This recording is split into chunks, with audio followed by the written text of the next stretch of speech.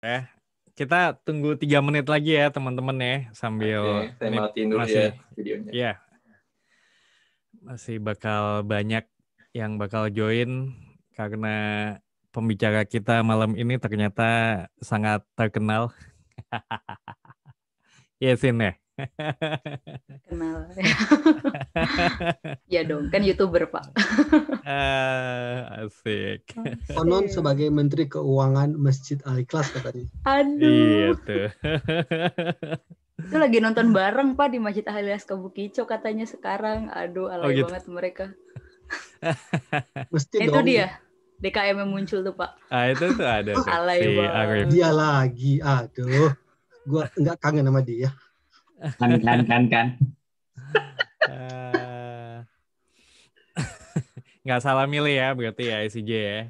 Nggak salah. Oh, Rekomendasi saya ya, Bang. berisik kamu, Mas. Ini sambil sebelum mulai ya. Gua kan ngelihat LinkedIn-nya Cynthia nih. Terus di LinkedIn-nya Cynthia ini kan lulusan Brawijaya. Betul ya, Sin? Betul. Nah, terus ada dong tulisan IP-nya 3,96. Itu beneran tuh?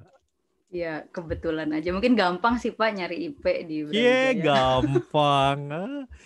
IP lu sama IP gue bedanya 1, lebih. Tapi kan Pak Andi kan banyak temennya, mungkin saya jadinya kurang temen, Pak, kebanyakan belajar gitu. Nggak percaya gue. Itu berarti 1B sisanya A semua? 2B plus kalau nggak salah. Oh, 2 ya? B plus. Soalnya ada B plus gitu. Oke. Terus lo nangis nggak waktu dapat B? Dan saya dapat B plusnya itu di manajemen investasi dan portofolio loh, Pak. Oh, nggak apa-apa. Nggak apa-apa, berarti lo emang jago. Nggak, soalnya itu trading gitu kan, Pak. Dan saya kayak nggak terlalu bisa banget trading gitu. Kuliahnya trading gitu? Canggih amat ya? Ya enggak sih, Pak, kayak belajar baca grafik gitu-gitu loh. Apa sih? Hebat nih. Kayak MBSCD apalah itu, aduh nggak ngerti deh. Technical analysis Teknikal, maksudnya? iya lebih ke teknikal banget itu di manajemen hebat investasinya. Ya? Hebat. Anak Hebat. zaman sekarang mah hebat. Kuliahnya zaman dulu mah nggak ada kayak gituan. Tapi saya nggak ngerti juga, Pak. Bisa aja loh. Oke nih udah 8.35 kita mulai aja kali ya. Oke. Selamat malam semua teman-teman. Ya, selamat bergabung di ICJ Classroom. Malam ini tuh yang ke berapa sih? 15 ya gue tulisnya. Nggak tahu berapa. Saya nggak perhatiin, Pak. Kayaknya ke 15 kayaknya. 15. 15 ya, oke. 16 besok. Ya, betul. Ke 16-nya besok ke 15. Terus kita malam ini akan bicara mengenai pengantar investasi saham di Indonesia. Jadi ini basically lumayan kelas pemula lah, maksudnya kelas pengantar. Jadi kalau buat para suhu dan para senpai, mohon bimbingannya kalau misalnya ada salah ucap atau salah kata gitu ya. Tapi saya udah lihat slide-nya Cynthia, bagus banget. Jadi ya saya rasa sih teman-teman bakal bisa dapat banyak ilmu lah malam ini. Kalau nggak dapat ya di Japri aja lah Cynthia-nya nanti. Tanya langsung. Kita rencananya biasanya sampai jam 10 ya. Biasanya agak lewat dikit, tapi berhubung ini masih hari kerja, jadi mungkin kita lebih strict ya. Terus kalau ada pertanyaan, tolong ditulis aja di chat. Nanti kalau Cynthia-nya udah selesai atau kita udah masuk ke sesi tanya jawab, kita akan baca satu-satu gitu. Gitu ya Sin ya, mending itu ya. Boleh. Nah, terus ya paling itu aja. Oke. Without further ado, silakan Cynthia. Sudah share screen ya. Ya.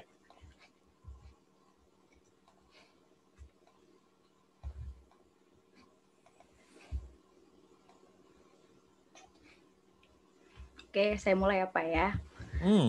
Assalamualaikum warahmatullahi wabarakatuh. Waalaikumsalam. Selamat malam semuanya.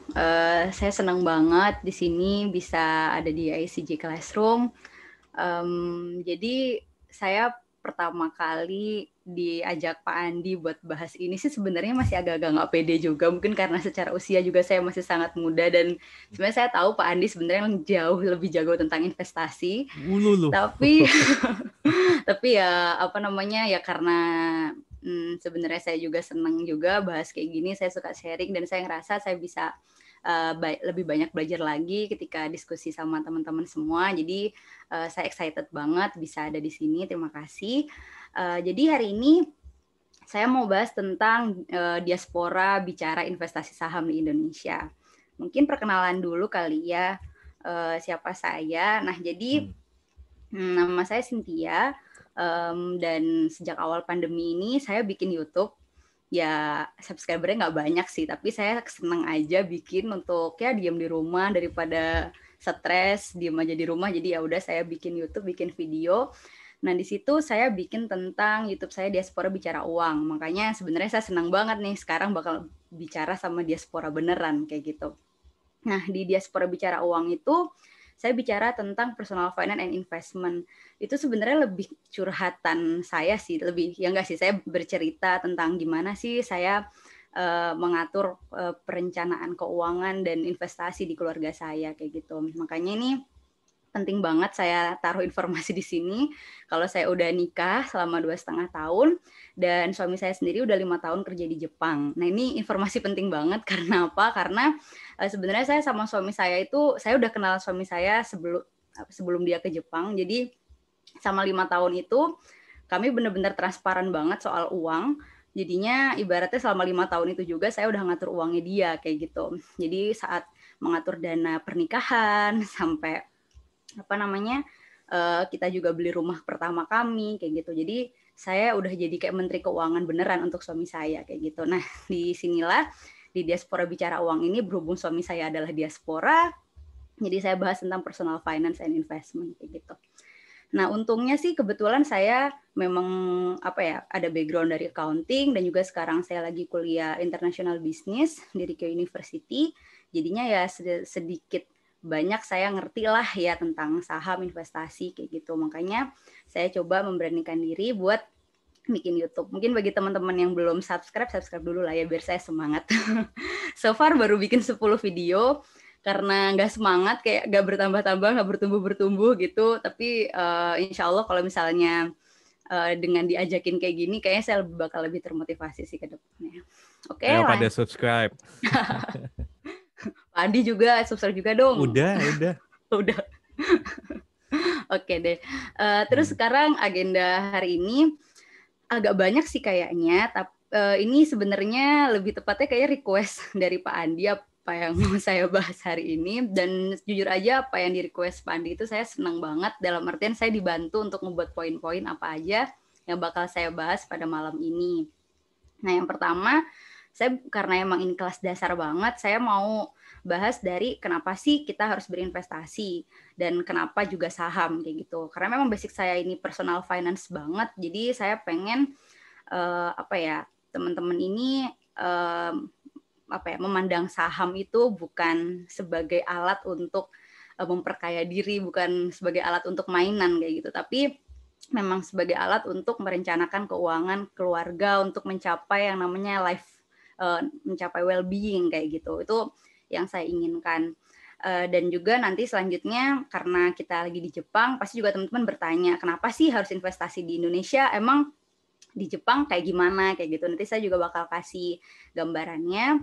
Terus nanti selanjutnya cara investasi saham di Indonesia dari Jepang yang 101 aja pemula, dan selanjutnya mungkin sedikit banget bahasan tentang kira-kira pilih saham apa ya kayak gitu.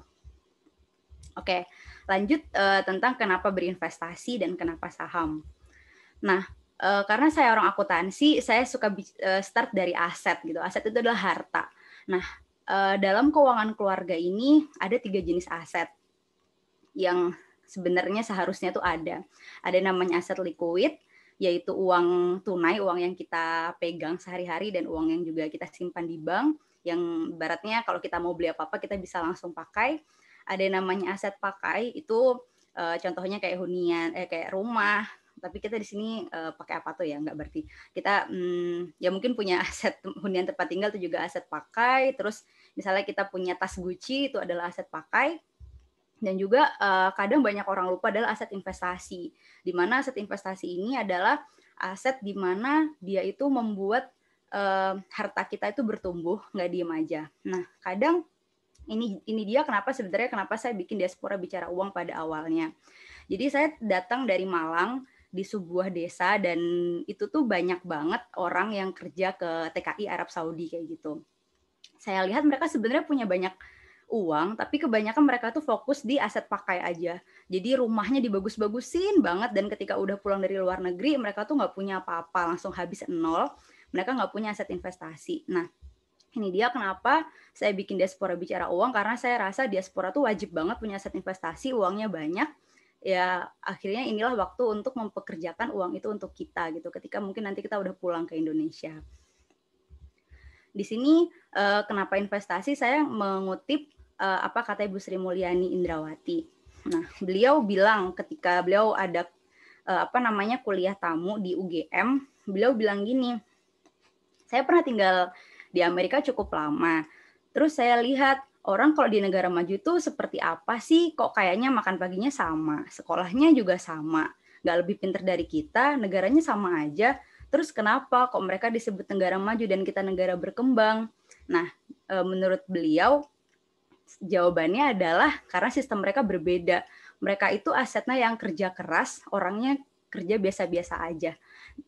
That's the difference gitu. Jadi bedanya adalah kalau di Republik kita orangnya kerja keras banget, asetnya tidur-tidur aja kayak gitu. Itu bedanya kayak gitu. Nah, jadi investasi ini adalah salah satu cara agar kita bikin aset kita itu nggak tidur, tapi juga dia ikut bekerja untuk kita. Kita bikin aset kita produktif kayak gitu. Itu fungsi dari kita melakukan investasi. Selanjutnya, nah, banyak orang yang merasa investasi itu, kenapa sih investasi agar kita bisa jadi kaya secepat-cepatnya? Kalau menurut saya itu salah kalau misalnya kita bilang tujuan investasi itu untuk kaya secepat-cepatnya gitu. Menurut saya simpel aja, investasi itu sebenarnya adalah kendaraan kita untuk mencapai tujuan kita di masa depan. Misalnya kita mau pensiun, terus kita mau nyiapin dana haji, itu kita bisa menemukan jalan lebih cepat gitu. Jadi ada akselerasi ketika kita melakukan investasi. Di sini saya punya template buat hitung-hitungan saya pribadi sih, saya sama suami saya biasanya hitung-hitungan. Misalnya saya nabung nih 1 juta tiap bulan. Terus saya pengen tahu 10 tahun lagi uang saya jadi berapa gitu. Asumsinya saya taruh imbal hasil investasi saya di saham dengan asumsi 10% per tahun. Nah, uang yang didapatkan itu tuh bakal jadi 204 juta menurut perhitungannya. Karena kan dia sifatnya compounding gitu kan ya. Padahal kalau harusnya kita hitung-hitung manual 10 tahun itu kan 120 bulan ya, berarti itu kan cuma 120 juta. Tapi dengan kita investasikan, kita bikin uang kita kerja, maka hasilnya itu bisa lebih kayak gitu. Itu dia manfaat kita berinvestasi gitu. Nah, terus selanjutnya untuk bicara soal tentang investasi ini sendiri, ini saya pernah bahas di Diaspora Bicara Uang episode 4. Sebenarnya investasi ini nggak cuma saham. Saham ini adalah bagian kecil dari berbagai macam investasi yang ada. Kayak misalnya yang akan datang nih, besok kita bakal bahas investasi properti, itu juga investasi kayak gitu. Saya cuma bahas satu bagian dari banyaknya bagian kayak gitu. Jadi mungkin kali ini ya, saya bukan berarti orang yang menganggap investasi properti adalah investasi yang jelek, enggak. Jadi investasi saham ini adalah alternatif dari investasi yang ada kayak gitu. Nah, mungkin bagi pemula ada pertanyaan nih ya, apa sih saham itu kayak gitu. Nah, saham itu adalah bukti kepemilikan seseorang terhadap perusahaan. Jadi kan kalau misalnya perusahaan ini dia mendirikan perusahaan itu berdiri ya, apalagi PT, dia itu kan ibaratnya membagi modal dia dalam bentuk saham kayak gitu. Nah, ketika kita beli saham, yaitu kita beli perusahaan kayak gitu. Nah, pertanyaannya perusahaan yang seperti apa gitu, yaitu perusahaan yang menjual sahamnya ke masyarakat melalui bursa efek atau istilahnya mereka itu go public kayak gitu kan ya. Jadi misalnya contohnya kayak Indofood nih, kan Indofood namanya PT Indofood CBP Sukses Makmur Tbk. Nah, Tbk-nya ini artinya terbuka, jadi kita sebagai masyarakat biasa bisa ikut memiliki Indofood kayak gitu. Nah, misalnya nih kita beli sahamnya Indofood. Indofood itu yang punya Indomie ya. Saya yakin diaspora di sini nggak ada yang nggak makan Indomie. Nggak tahu juga sih. Pak Adi makan Indomie nggak, Pak? Wah, lu nggak pernah lihat Facebook gue berarti. Oh, kenapa, Pak? Oh, olahraga terus ya, Pak ya? Oh, Banyak ini apa foto Indomie gue kan. Oh iya, saya tahunya kayak Bapak lari-lari doang deh.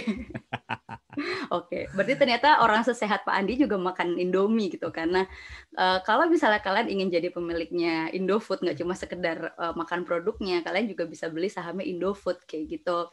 Jadi ya beli saham Indofood itu sama dengan menjadi pemilik perusahaan PT Indofood CBP Sukses Makmur Tbk ini kayak gitu.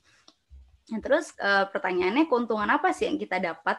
Nah, yang pertama adalah bagi hasil keuntungannya Indofood itu atau istilah kerennya dividen. Jadi kan Indofood punya laba nih, punya untung banyak.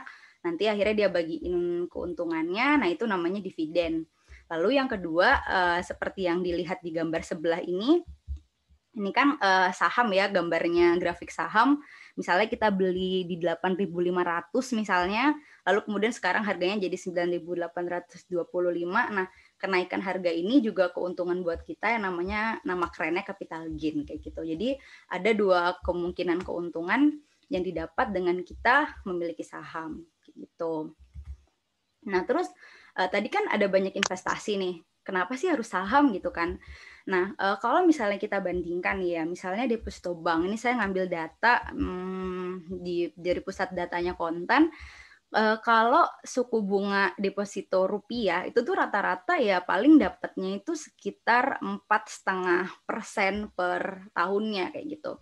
Sedangkan kalau misalnya kita bicara saham dan kita tarik saham itu dari apa ya, ibaratnya dalam jangka panjang dari awal berdiri sampai sekarang, imbal hasil tahunan rata-ratanya itu sekitar 11,41% kayak gitu. Nah, jadi bisa kelihatan kan secara keuntungan saham itu lebih menguntungkan daripada di deposito perbankan kayak gitu. Nah, cuma ya memang nggak ada di balik keuntungan pasti juga ada resiko kayak gitu kan, di balik imbal hasil pasti ada resiko di baliknya. Ya kita tahu akhir tahun ini gara-gara COVID market crash, dia lihat di sini warnanya merah, dia turun jauh. Nah, itu dia memang resiko investasi saham itu tinggi kayak gitu. Nah, ini juga bahkan dalam satu hari aja bisa di menit pertama naik, terus kemudian turun, naik turun kayak gitu. Nah, resiko investasi saham itu juga tinggi, tapi juga di balik itu juga kita mendapatkan keuntungan, ada keuntungan gitu di baliknya. Cuma sekarang kan kita mau bicara soal investasi ya. Kalau investasi berarti kan kita kan memang niatnya mau naruh itu dalam jangka panjang. Makanya kita harus ngelihat dari horizon yang lebih panjang gitu. Ketika kita bikin ini maksimal sampai di tahun 2020 selama 20 tahun gitu. Ternyata longer horizon will minimize risk gitu. Dengan kita investasi di jangka waktu yang lebih panjang, itu akan meminimalisasi resiko kayak gitu.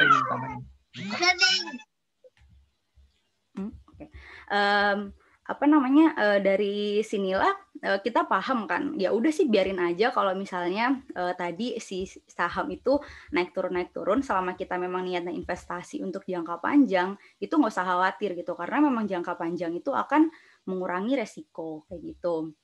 Nah, itu dia makanya investasi saham itu lebih cocok untuk investasi jangka panjang. Dan satu lagi perlu diingat bahwa investasi saham itu tidak sama dengan trading saham. Dan saya juga bilang di sini bahwa trading saham itu sebenarnya nggak beda jauh sama spekulasi kayak gitu kan. Oke, itu part pertama agak panjang. Ini lanjut lagi Pak Andi atau mau tanya jawab dulu? Lanjut terus ya. Oke, saya minum dulu deh bentar.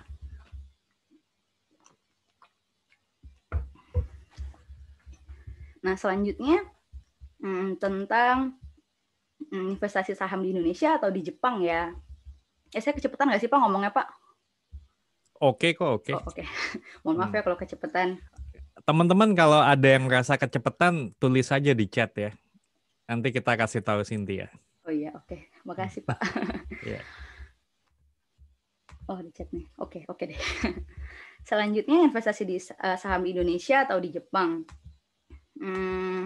Di sini kita kalau misalnya bicara soal Jepang atau nggak Indonesia, sebenarnya perbandingannya agak jauh juga sih ya, karena memang Japan Exchange Group itu memang adalah 3 bursa saham terbesar di dunia gitu berdasarkan kapitalisasi pasarnya.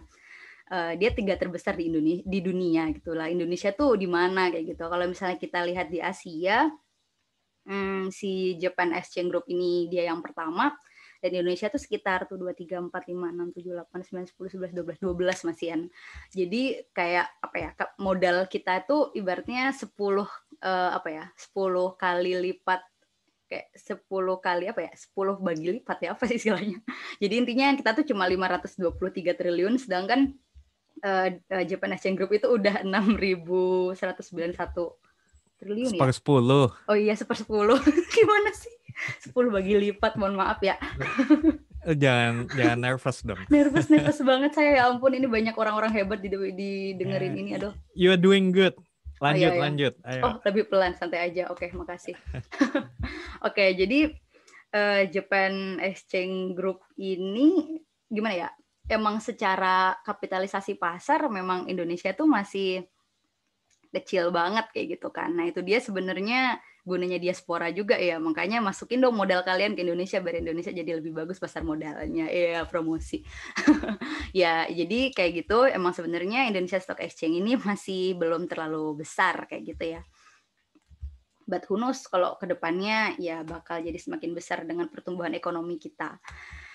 Terus selanjutnya kita mau ngebandingin nih, kira-kira lebih untung mana ya indeks saham Indonesia sama indeks saham Jepang. Ini saya pakai horizon yang paling panjang di perbandingan antara indeks saham di Indonesia dan indeks saham Jepang. Jadi indeks saham ini ibaratnya apa ya, summary ya, ringkasan dari pergerakan harga saham, keseluruhan saham kayak gitu. Kalau di Indonesia diwakili sama IDX Composite atau IHSG, kalau di Jepang biasanya itu diwakili oleh Nikkei 225 gitu. Nah, di sini bisa kelihatan ya kalau ya ibaratnya sekilas aja deh kalau IDX Composite ini dari awal naik terus kayak gitu kan. Sedangkan kalau Nikkei ini ya mungkin teman-teman yang di Jepang sangat tahu ya kalau pernah ada ekonomi burst, pernah ada ekonomi bubble terus turun dan lain-lain. Jadi ya memang pernah naik lalu kemudian turun dan sekarang baru mencapai all time high-nya lagi, kembali ke titik semula sekitar 20 tahun lalu. Nah, kalau kita bandingin dalam waktu 5 tahun, Indonesia ini udah selama, ibaratnya kalau misalnya kita investasi 5 tahun yang lalu, itu tuh udah naik 33%, dan Jepang udah 40%. Kenapa cuma segini? Ibaratnya kalau CAGR itu rata-rata tahunannya, ya karena memang habis ada COVID, ada market crash kan ya. Jadi ya inilah yang terjadi, ya memang resiko dari investasi saham. Lalu kalau misalnya kita lihat di 10 tahun, nah di 10 tahun ini Nikkei itu setelah adanya Lehman Shock, itu tuh dia memang naik banget, makanya sampai dalam waktu 10 tahun itu dia naik sampai 159% dengan rata-rata CAGR-nya itu 12,25%. Tapi kalau kita lihat 20 tahun, karena memang waktu itu pernah ada bubble burst, jadi ya kalau di rata-rata 20 tahun di Nikkei itu 3,07% aja kayak gitu. Sedangkan memang kalau dilihat jangka waktu lebih panjang, indeks saham Indonesia itu udah naik sekitar 11,7%. Dan artian memang imbal hasil rata-rata tahunannya Indonesia itu sekitar 11%-an kayak gitu. Nah, tapi ini kan kita bicara soal indeks saham keseluruhan ya. Tapi kan kalau kita investasi kan ya paling kita pick up satu-satu, kayak Indofood itu gimana, BCA itu kayak gimana kayak gitu. Jadi kalau ini cuma pandangan secara makro aja. Nah, teman-teman mungkin bisa lihat kan kalau resiko saham ini segininya kayak gitu. Bisa ya bagus-bagus banget, bisa kadang juga kalau nggak beruntung ya bukan nggak beruntung sih ya, kalau pas lagi ada musibah kayak COVID kan siapa orang tahu ya kayak gitu. Dan itu juga resiko yang harus dipahami kayak gitu.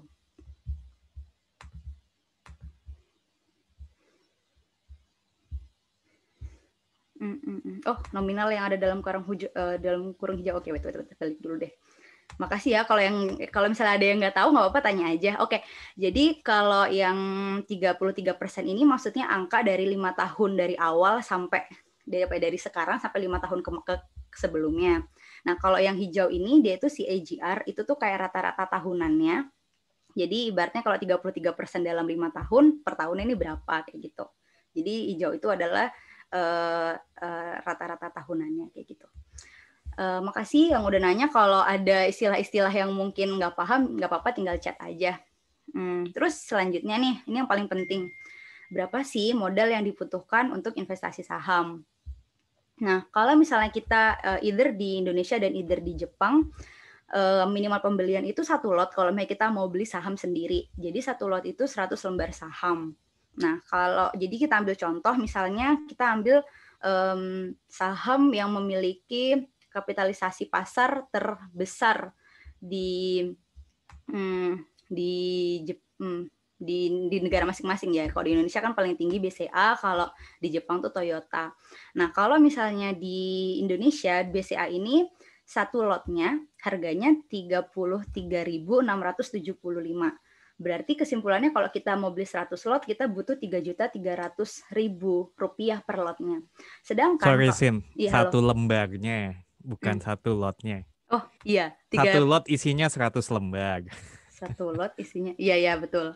Ya, jadi 33.000 ini itu kan 1 lembar. Nah, jadi kalau 1 lot itu jadinya 3.300.000. Iya, 3.300.000. Jadi intinya minimal pembelian 1 lot di Indonesia itu tuh ibaratnya ini saham terbaiknya Indonesia ya, itu tuh butuh 3.300.000 kayak gitu. Nah, sedangkan kalau di Jepang itu Toyota yang kapitalisasi pasarnya paling tinggi, per lotnya, 1 lotnya itu tuh 7.820 yen. 1 lembarnya. Oh, 1 lembarnya. Sebenarnya mohon maaf Pak. Jadi 1 lembarnya itu 7.820 yen. Sehingga kalau misalnya kita minimal belinya itu kan 1 lot, jadi butuh 782.000 yen atau 78 mang. Itu banyak kan ya kayak gitu. Jadi bisa kerasa kan kalau misalnya beli saham di Jepang itu modalnya lebih besar daripada di Indonesia kayak gitu. Atau juga mungkin ada ambil contoh lain. Ya sebenarnya ada juga sih di bursa saham Jepang yang nggak terlalu mahal, kayak misalnya di MUFG, misalnya MUFG itu 1 lembarnya 448 yen, sehingga minimal pembeliannya bisa sekitar 44.800 yen atau 5 mang gitu per lotnya kayak gitu. Jadi bagaimanapun tetap kalau misalnya, dan di Indonesia pun juga sebenarnya juga ada juga yang lebih murah lagi kayak gitu. Kita cuma ambil contoh saham-saham yang bagus aja, dan intinya satu yang mau aku sampaikan bahwa modal yang dibutuhkan untuk investasi saham di Indonesia itu lebih murah daripada investasi saham di Jepang secara nominal harganya. Terus kemudian saya juga mau coba bandingin pajaknya, itu berapa sih pajak yang perlu kita bayarkan ketika kita investasi saham di Indonesia atau di Jepang. Nah, kalau misalnya di Indonesia dan di Jepang, transaksi pembelian nggak ada pajaknya. Nah, ini dia beda banget. Kalau di Indonesia, kita tuh cukup bayar pajak sebesar 0,1% dari nilai ketika kita sedang menjual saham. Nah, sedangkan kalau di Jepang, kalau misalnya kita jual aja itu nggak ada pajaknya. Cuma kalau misalnya kita dapat untung 20,315%-nya itu dipotong pajak. Itu besar banget sih ya. Sebenarnya di sini saya ada contoh. Wait.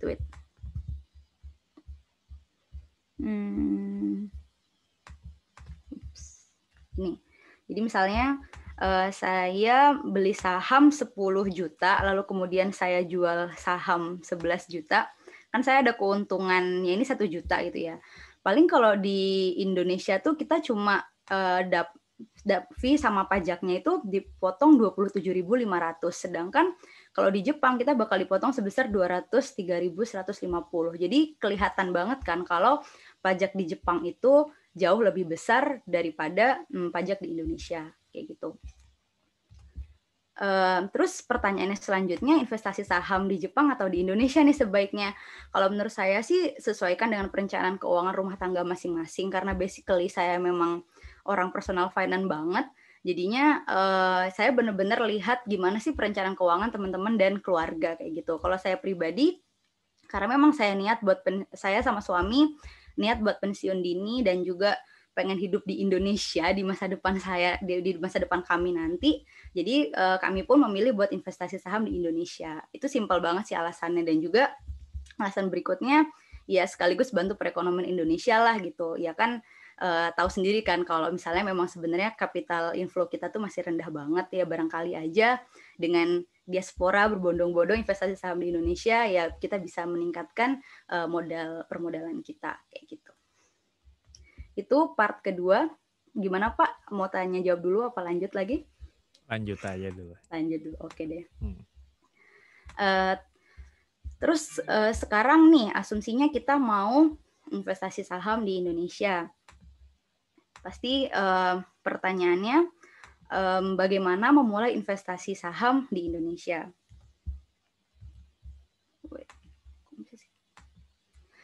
Jadi gini, kalau misalnya kita mau nabung di bank, maka kita wajib buat buka rekening tabungan di bank. Nah, kalau misalnya kita mau investasi saham, kita juga wajib nih buat rekening. Nah, namanya rekeningnya itu adalah rekening dana investasi. Dan bikinnya bukan di bank, tapi bikinnya di perusahaan sekuritas. Kayak gitu. Jadi kalau misalnya kita mau investasi saham, maka yang wajib kita lakukan adalah membuka rekening dana investasi di perusahaan sekuritas. Nah, pertanyaannya, emang bisa ya kita berinvestasi dari Jepang? Nah, jawabannya tentu sangat bisa. Jadi sekarang kita sudah bisa membuka rekening dana nasabah atau rekening dana investasi itu secara online.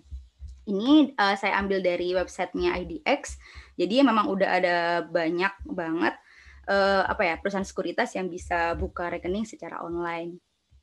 Nah, terus bagaimana pilih perusahaan sekuritas kriterianya? Nah, kalau saya pribadi sih cari yang perusahaan sekuritas itu bisa 100% online bukanya dan biaya transaksi yang murah. Nah, kenapa saya bilang 100% online? Jadi saya pernah coba salah satu perusahaan sekuritas, kalau nggak salah Trimegah Sekuritas, dia bilang di sini ada nih di dalam listnya kalau Trimegah Sekuritas ini katanya bisa buka online kayak gitu kan. Tapi kenyataannya pas saya coba bikin ternyata habis saya ngisi formulirnya tuh saya masih ada harus kirim fotokopi dokumen-dokumen gitu yang harus diserahkan lewat pos ke perusahaan mereka kayak gitu. Nah, itu yang saya sebut nggak 100% online kayak gitu. Jadi pilihlah yang benar-benar 100% online.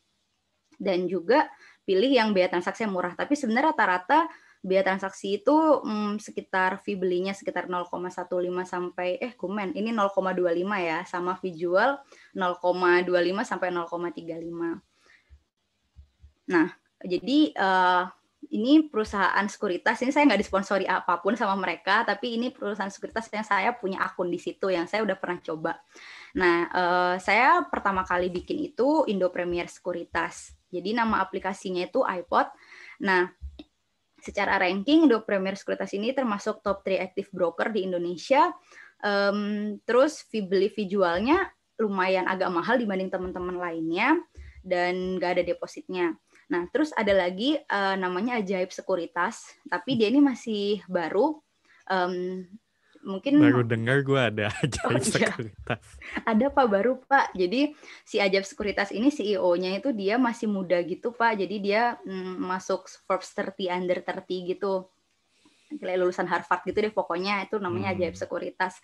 Dan cuma nggak enaknya sih basisnya si Ajaib Sekuritas ini dia tuh cuma ada di HP doang kayak gitu. Kalau yang di iPod ini kita juga bisa buka lewat PC juga, yang layarnya hitam-hitam gitu kayak gaul keren gitu lah, kayak orang trader itu bisa di iPod. Kalau di Ajaib nggak bisa. Nah, kalau selanjutnya ada juga Sinarmas Sekuritas. Saya nggak tahu rankingnya kayak gimana, tapi kayaknya ya Mama ya, mungkin teman-teman lebih kenal ya Sinarmas itu apa gitu. Fee jualnya juga termasuk murah. Nah, terus pengalaman. Nah, apa aja sih sebenarnya yang dibutuhkan ketika daftar? Yang pasti mereka semua 100% online ya. Yang pasti kita butuh KTP. Nah, ini agak ribet nih. Butuh nomor HP Indonesia. Nah, pengalaman saya di Indomie Premier Sekuritas itu mereka verifikasi itu masuk ke nomor HP di Indonesia, nomor HP Indonesia. Nah, itu mungkin yang sulit. Saat itu sih saya punya bawa nomor HP Indonesia ke sini gitu kan ya. Cuma mungkin itu pasti bakal ribet bagi teman-teman yang udah lama di Jepang dan pasti nggak pegang nomor HP Indonesia. Nah, cuma kayak Ajaib dan Sinarmas ini mereka nggak ngewajibin buat ngasih nomor HP Indonesia, dalam artian wajib sih, cuma nggak verifikasinya tuh nggak masuk ke HP gitu, dalam artian kayak ya mungkin bisa kali ya pinjam nomornya orang tua atau pinjam punya kakak atau nggak gimana, tapi relatively verifikasi nggak masuk ke HP tersebut gitu. Beda sama Indo Premier yang itu memang wajib punya nomor HP Indonesia. Terus kemudian masalah NPWP, nomor pokok wajib pajak. Nah, untuk nomor pokok wajib pajak ini seingat saya di Indo Premier Sekuritas itu ngewajibin kita punya NPWP, sedangkan di Ajaib dan Sinarmas dia tuh nggak ngewajibin kayak gitu. Terus juga butuh rekening bank Indonesia. Seingat saya itu semuanya wajib, jadi kita suruh nulis rekening bank kita kayak gitu. Nah, untuk proses pembuatan, saya akui yang paling cepat pembuatannya itu adalah Ajaib Sekuritas. 1 hari udah jadi. Tapi jujur aja saya jadi agak nggak percaya sih, kayak verifikasinya kok cepet banget ya, kayak gitu. Jujur saya masih agak gimana gitu. Beda sama Indo Premier, kayak saya tuh mesti ditelepon dulu, kayak aduh ribet banget deh pokoknya, itu butuh 3 hari. Dan saya akui Indo Premier itu mungkin karena penggunanya banyak, jadinya dia tuh lemot banget dan agak nggak enak sih sebenarnya ketika bikin itu, kayak butuh kesabaran banget. Ada lagi Sinarmas Sekuritas. Nah, Sinarmas ini saya bikin nggak tahu kenapa lama banget, sampai 2 minggu. Jadi kayak dia tuh minta verifikasi, kan karena saya tinggal di Jepang, jadi kayak dia itu bilang kok alamat saya di Jepang, kayak saya masih ada ya di telepon dulu kok saya di Jepang, kayak gitu-gitulah pokoknya. Untuk butuh sekitar 2 minggu. Jadi kalau dari kemudahan sih memang paling mudah Ajaib Sekuritas. Cuma ya konsekuensinya mereka masih baru sih kayak gitu. Mungkin ya teman-teman bisa jadi pertimbangan lah kira-kira lebih enak yang mana gitu. Kalau Indo Premier mungkin lumayan agak berat sih ya kalau nggak punya nomor HP Indonesia dan mungkin udah nggak pegang NPWP lagi. Cynthia, sorry mau tanya. Jadi kamu waktu buka account di 3 sekuritas ini, kamu sudah di Jepang waktu itu? Iya, saya lagi di Jepang, Pak. Terus bukanya lewat websitenya mereka gitu? Iya, kalau misalnya yang Ajaib sama Sinarmas ini dia pakai aplikasi gitu. Jadi kamu download dulu aplikasinya. Download aplikasinya. Jadi ini ada nama, ini mungkin saya belum nyebutin ya. Kalau Indo Premier ini nama aplikasinya iPod, bisa langsung dicek sendiri. Ada dia di either Apple Store atau enggak iStore, terus kemudian Apple Store atau enggak Play Store, terus kemudian Ajaib Sekuritas namanya Ajaib, dan kalau Sinarmas ini mungkin agak beda namanya Stockbit. Ya mungkin bisa sambil dilihat-lihat sekarang. Terus sekarang prosedur membeli saham. Sorry Sin, mumpung deh, itu ada yang komen tuh, Saiful. Kenapa? Dia bilang katanya aplikasi Ajaib nggak bisa diakses dari luar Indonesia. Oh iya kah? Dia pakai Ajaib katanya. Oh gitu. Oh nggak tahu sih. Saya sama udah. Mas Saiful? Udah punya sih. Tapi saya emang jujur aja nggak pernah pakai karena saya nggak percaya sebenarnya. Iya. Jadi lo cuma buka doang katanya? Iya, cuma buka doang. Soalnya lagi heboh gitu kan. Oh nggak bisa Mas ya? Mas Saiful, boleh share dikit? Kalau saya waktu itu daftar lewat web. Jadi proses EKYC-nya itu kayak ngucapin saya Saiful Khair dan sebagainya gitu. Terus submit dari web. Terus sampai sekarang memang nggak bisa di download aplikasinya gitu. Ada limitansi gitu. Oh iya, kalau jadi download sih palingan beli dari web aja gitu. Naruhodo. Oh, tapi masih bisa transaksi lewat Ajaib Sekuritas nggak, Mas? Bisa. Oh gitu. Saya invest di Ajaib sama iPod juga. Hanya iPod sering nge-lag kayaknya. Kalau pas lagi awal-awal itu. Oke. Thank you Mas Saiful. Oke. Ini ada juga satu lagi nih. Gomen Cynthia. Ya, apa, Pak? Tokyo siapa ya? Mas Ambience. Juga bisa Yang registrasi online. yang nickname-nya Tokyo Mungkin bisa share. boleh nyalain. Mos itu punyanya siapa ya? Mandiri ya? Makanya gue juga mau tanya, kalau kayak Mos itu siapa, Beyonce itu siapa? Ya. Ini saya cuma nge-share apa yang saya udah pernah pakai aja sih. Ada juga Star Samuel Sekuritas itu juga full online tapi pakai rekening BCA. Harus ada rekening BCA. Ya itu juga saya jadi masalah karena saya pakai BCA syariah jadi nggak bisa. Jadi nggak bisa. Yeah. Itu juga kadang juga ada masalah kayak rekening banknya tuh hanya rekening bank tertentu. Saya ingat kayak misalnya mau bikin bareksa buat reksadana, kayak mereka tuh nggak nerima BCA syariah gitu. Ya itu juga jadi masalah sih buat saya yang nggak pakai akun bank konven, itu juga susah. Tapi buka rekening BCA sekarang udah bisa online juga. Yang penting ada nomor Indonesia. Oh gitu. Iya. Oke, itu mungkin juga bisa tuh kayak tadi Samuel Sekuritas ya, tapi katanya harus punya rekening bank BCA, tapi BCA juga bisa dibikin online. I think ya ada banyak cara, cuma ini yang mungkin yang udah pernah aku pakai, tapi kan tadi seperti yang tadi aku sampaikan di slide sebelumnya ada banyak sebenarnya itu apa aja, mungkin bisa dicoba satu-satu. Saya waktu pakai Trimegah dan itu nggak bisa, terus kayak nggak bisa ya, jadi kayak ketemu Indo Premier dan bisa kayak udah seneng, terus ketemu aja bisa seneng gitu, Sinar Mas bisa seneng gitu aja sih. Tapi jujur saya pribadi pakai Indo Premier aja, walaupun mungkin Indo Premier lebih mahal biaya transaksinya, tapi saya ngerasa lebih nyaman aja. Mungkin memang aplikasinya nggak enak, dalam artian suka nge-lag gitu aplikasi HP-nya, tapi saya selalu buka pakai PC. Dan kayaknya saya fine aja sih pakai Indo Premier gitu. Jadi saya masih pakai Indo Premier aja kayak gitu. Terus ntar ini chat lagi. Lanjut kali. Oke. Terus selanjutnya prosedur membeli saham. Nah tadi kan kita bicara gimana caranya kita bikin rekening dana investasi. Asumsinya kita udah punya rekening dana investasi, ya sekarang kita yang tinggal di Jepang ini cukup tinggal kirim yen kita top up ke rekening dana investasi kita.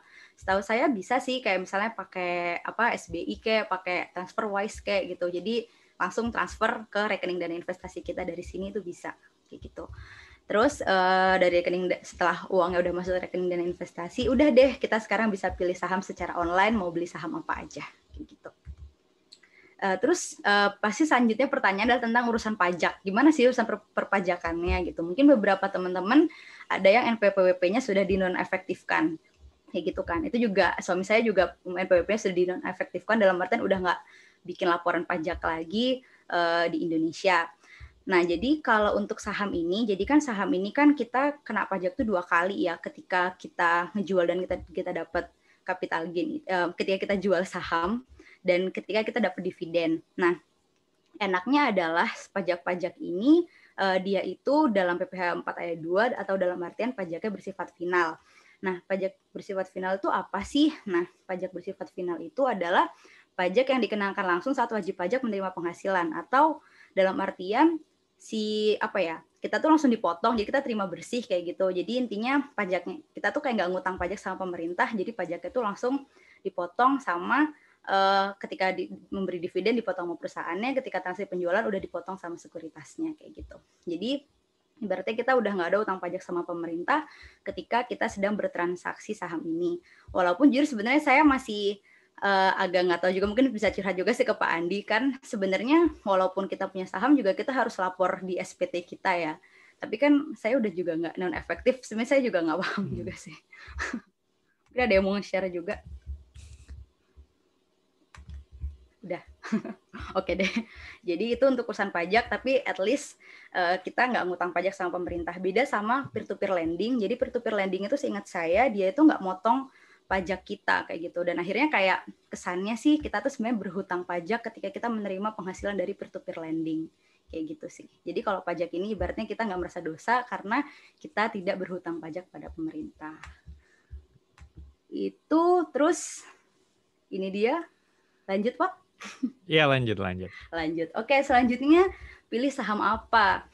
Nah ini sebenarnya kalau bisa mau jawab pertanyaan ini kayaknya 1 bulan 1 tahun kayak nggak bakal selesai.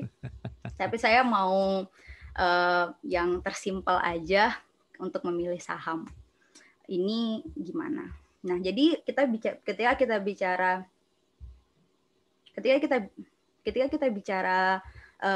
saham ini ada istilahnya itu apa ya? 3 layer gitu dalam saham.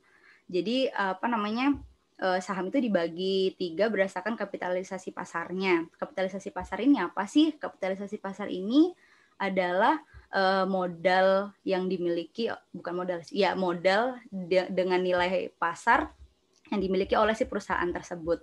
Nah, jadi dibaginya itu kayak gini. Kalau misalnya dia itu lebih dari 10 triliun modalnya, maka dia disebut first liner atau blue chip. Contohnya ya rata-rata sih kayak perusahaan yang kita sering dengar namanya, kayak BCA, Bank BRI, Telkom, Indofood, kayak gitu.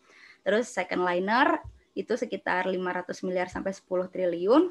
Dia ini istilahnya mid cap stock. Jadi lumayan grow-nya, dia tuh grow karena memang dia nggak gede-gede banget, tapi ya ada resiko juga karena memang mereka masih nggak besar-besar banget juga kayak gitu. Contohnya kayak Jaya Real Property, terus mungkin Matahari, teman-teman LPPF, dan Bank Nobu. Ya kan Bank Nobu itu ya nggak sebesar Bank BCA gitu, tapi ya besar kayak gitu aja sih. Nah, itu second liner. Biasanya saham second liner ini dia lebih grow-nya lebih tinggi gitu, tapi memang resikonya juga lebih tinggi. Dan juga ada saham third liner atau saham dengan kapitalisasi kecil. Nah, dia itu biasanya kurang dari 500 miliar rupiah. Contohnya saham LUCK, ENVY, BIMA, ini kayak saya juga lupa nih, saya nulis ini juga saya nggak tahu nih sahamnya apa, karena mungkin saking nggak terkenalnya. Nah, biasanya terkenalnya saham third liner ini karena sahamnya dia kecil, ya beberapa orang yang trading gitu suka banget karena memang dia kadang kalau naik banget, tapi kalau turun udah langsung mati kayak gitu. Jadi biasanya kalau teman-teman kenal saham gorengan, nah ini dia saham-saham third liner kayak gitu. Nah, kalau saya pribadi sih karena memang saya adalah hanya seorang istri yang ngurusin uang suami, daripada uang saya hilang, saya nggak pernah investasi di saham gorengan. Saya belinya ya first liner ya dan second liner aja sih gitu. Nah, mungkin kalau teman-teman ingat tentang LUCK, mungkin kalau teman-teman tahu Joska ya, mungkin ada kasusnya kan. Ini salah satu contoh saham gorengan di mana dia pernah mencapai angka Rp1.750, lalu kemudian sekarang jadi cuma Rp191. Itu bayangin udah kalau kita beli di angka segitu tuh ya hilang berapa persennya tuh, sekitar 90% ya kali ya kayak gitu. Nah, jadi itu dia, hati-hati juga pilih saham juga. Jangan asal pilih saham kayak gitu. Nah, kalau pesan dari saya ya pilih saham yang kita ketahui. Kadang orang tuh suka lupa kalau beli saham itu sama dengan membeli perusahaan gitu ya. Namanya beli perusahaan ya kita pakai analisis kita dong sebagai pebisnis. Kita harus lihat prospek bisnisnya. Kalau prospek bisnisnya nggak bagus, masa iya kita mau beli perusahaan itu gitu. Jadi pakai analisis kita sebagai pebisnis, kita pilih saham yang kita ketahui bakal memberikan keuntungan buat kita. Dan mungkin ada juga saran buat para pemula juga, pilihlah saham yang gampangannya ya yang udah terdaftar di indeks saham. Nah, apa itu indeks saham? Nah, jadi indeks saham ini adalah ini ntar ada definisinya. Jadi ada orang ibaratnya yang ngebantuin kita untuk menyortir lah kira-kira berdasarkan kriteria-kriteria tertentu saham-saham apa aja sih yang bagus kayak gitu. Contohnya yang pertama ini ada yang menyortir berdasarkan saham yang likuiditasnya tinggi, dalam artian sering diperdagangkan, lalu kemudian kapitalisasi pasar besar, dalam artian modalnya gede, lalu kemudian didukung oleh fundamental perusahaan yang bagus, dalam artian ya dia bisa menghasilkan laba yang bagus, intinya perusahaan ini bagus. Nah, contohnya itu ada yang namanya indeks IDX 30, indeks LQ45 kayak gitu. Nah, jadi nanti di dalam IDX 30 ini berisi dari 30 saham yang terbaik, yang likuiditasnya tinggi kayak gitu. Jadi kita tuh udah dibantuin milih kayak gitu. Terus ada juga namanya Jakarta Islamic Index 70. Ini 70 saham yang dia syariah, lalu likuiditasnya tinggi dan juga didukung oleh fundamental perusahaan yang baik. Terus juga mungkin bagi teman-teman yang concern sama lingkungan juga ada indeks yang menilai kayak sustainability, ESG-nya gimana gitu, ada indeks Rika Hati sama indeks IDX ESG Leaders. Nah, kita ambil contoh misalnya Jakarta Islamic Index 70. Nah, di sini bisa dilihat ya, kayak kita tuh udah dibantuin milih saham-saham yang bagus. Kayak misalnya di nomor 60 ada Telkom. Jadi Telkom itu adalah perusahaan yang syariah, terus kemudian dia ini kapitalisasinya besar dan juga likuiditasnya tinggi. Terus kemudian juga ada sahamnya Ultra Jaya, mungkin Ultramilk teman-teman tahu, Unilever, Wika, Wijaya Karya, kayak gitu-gitu. Nah, jadi pilih saham apa? Kalau saran saya buat pemula, pilih dulu saham-saham yang udah ada di indeks saham gitu. Ya, jadi kita udah dibantuin milih, kita tinggal ya udah nabung saham aja di saham-saham yang udah terdaftar di indeks saham yang dibikin sama Bursa Efek Indonesia sendiri atau enggak dibikin sama yayasan atau institusi-institusi tertentu. Terus udah itu aja, arigatou gozaimasu. Nanti kalau teman-teman nanya habis ini kita ada tanya jawab, juga ada juga Instagram aku, bisa kita follow-followan di sana. Terus juga jangan lupa subscribe YouTube aku. Terima kasih. Oke, Cynthia, thank you banget. Bagus banget presentasinya. Coba kita lihat lagi ya chattingannya. Bentar.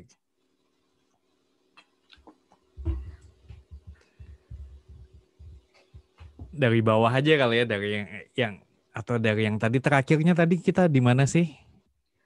Terakhir yang buka rekening ya. Oke.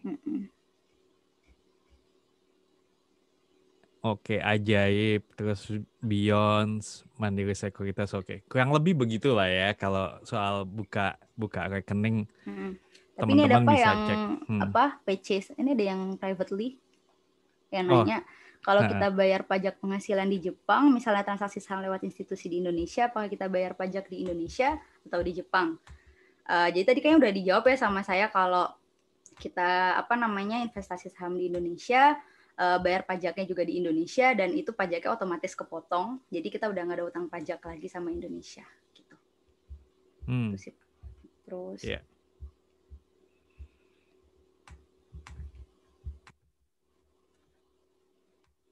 Oke, terus bentar ya.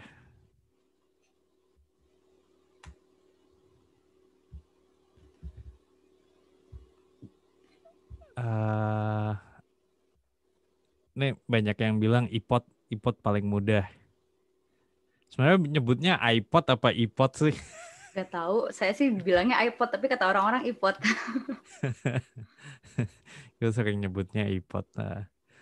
Oke, pajak ya tadi, pajak udah ya di ini kan. Ini ada kok di chatnya nih tentang pajak kalau hasil investasi di Indonesia dibawa ke Jepang, apa di Jepang akan kena pajak juga? Kayaknya enggak ya, karena ya yang di Indonesia udah dipotong pajak duluan, istilahnya, dan kita nggak perlu declare di sini. Kemudian, Cynthia, kamu tahu soal ETF nggak? Iya. Itu ada pertanyaan tuh. Okay. Kalau di Indonesia, apakah ada ETF yang terkenal?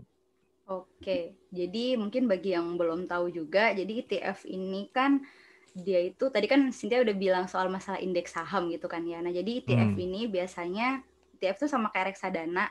Nah, reksadana itu apa? Reksadana itu kalau misalnya kita beli saham itu kan beli saham satu, tapi kalau misalnya reksadana itu kita kalau beli saham itu sebandel kayak gitu. Nah, ETF ini jualan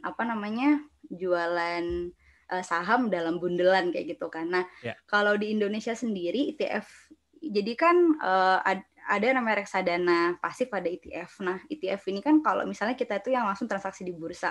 Nah, sayangnya itu di Indonesia itu ETF itu masih belum terlalu maju. Dalam artian aku nggak tahu sih itu sebaru apa gitu, tapi kayaknya masih belum terlalu lama, jadinya kayaknya nggak terlalu terkenal banget gitu. Nah, akhirnya ETF di Indonesia tuh kendalanya adalah dia tidak liquid. Nah, tidak liquid itu apa? Dalam artian kayak kita beli mungkin bisa, tapi mungkin ngejualnya susah gitu karena memang nggak banyak orang bertransaksi di ETF, itu permasalahannya. Jadi itu dia, mungkin ETF itu agak bermasalahnya di Indonesia adalah di likuiditasnya, kayak gitu sih. Oh, kalau boleh nambahin, boleh nggak? Iya boleh, silakan. Iya, saya Hadi. Saya kebetulan juga suka main ETF ya, tapi saya biasanya nyuruh account manager saya di Citi. Saya pakai Citibank. Di Indonesia tuh memang ETF sendiri sih sebenarnya bukan terkenal. Saya juga sebenarnya nggak terlalu peduli isinya apa gitu. Cuman memang bener bandel. Emang dijual secara, misalnya kita nanti akan dikasih listing apa yang ini, lalu dia akan dikasih lihat prospeknya. Tapi kalau untuk saya lihat si ETF di Indonesia lumayan bagus kalau saya rasa sih. Saya kemarin beli tahun lalu lumayan ya. Lalu kebetulan kemarin pada jatuh karena pakai ETF ini, makanya dia ketutup dan lumayan juga penghasilannya sih ya gitu. Ya, cuman saya juga lupa namanya ETF apa. Soalnya urusan account manager saya. Saya cuma tinggal marah-marah doang, maaf ya. Ya beda kalau saya masih manual banget lah ya, sendiri ngurus-ngurus sendiri gitu. Mungkin buat ETF itu sih pandangan. Makasih Pak Hadi atas tambahan. Mungkin tambahan nih, kalau ETF mungkin kan teman-teman agak bingung juga kenapa sih harus ETF gitu ya. Tadi balik lagi Cynthia kan ngejelasin kalau transaksi saham itu kan minimal 1 lot. Ya kan? Nah, kalau 1 lotnya, kalau duitnya kita nggak cukup, kalau duitnya kita terbatas, misalnya kita cuma punya 1 juta. 1 juta terus harus beli 1 lot minimal gitu kan, dapatnya mungkin cuma 1 lot dari 1 jenis saham gitu ya. Nah, tapi kalau di ETF itu karena dibandel, itu correct me if I'm wrong ya, Sin ya. Saham yang di dalam ETF itu ya nggak 1 lot. Karena dia terdiri dari banyak gitu kan. Nggak tahu 1 unitnya ETF berapa sih sekarang? In general? Kayaknya mulai murah dari 100.000 lebih. Nggak tahu sih Pak. Misalnya mulai dari 100.000 ada deh. Kan berarti kan saya buka. Ya. Kalau boleh nambah sih sebenarnya 1 kali beli tuh udah 100 juta sih. Oh, itu ETF mana ya itu? Kalau ETF Indonesia murah-murah Pak. Oh, Naruto. Citibank Indonesia. Iya sih. Ntar saya cek deh. Jadi ya kalau untuk baru mulai dan juga budgetnya nggak banyak ya mungkin pakai ETF itu. Tapi yang nggak tahu ETF itu 1 unitnya berapa gitu ya. Karena saya nggak invest di situ. Kalau account manager saya mintanya sih awal modalnya 100 juta. Wow. Oke lah, saya bilang.